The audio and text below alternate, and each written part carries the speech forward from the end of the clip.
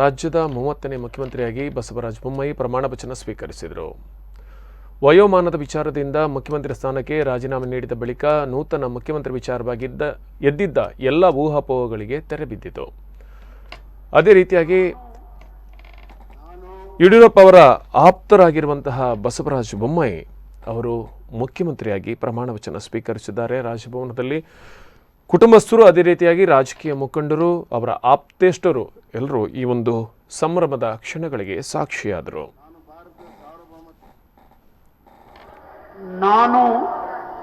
ನಾನು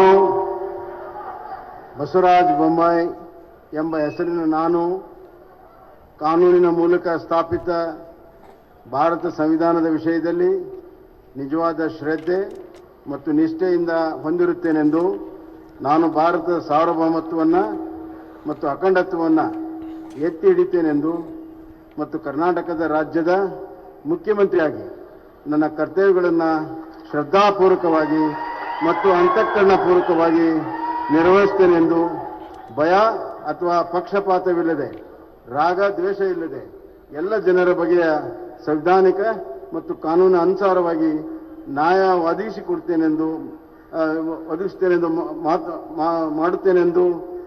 ನ್ಯಾಯವನ್ನು ಮಾಡುತ್ತೇನೆಂದು ದೇವರ ಹೆಸರಿನಲ್ಲಿ ಪ್ರಮಾಣ ಮಾಡುತ್ತೇನೆ.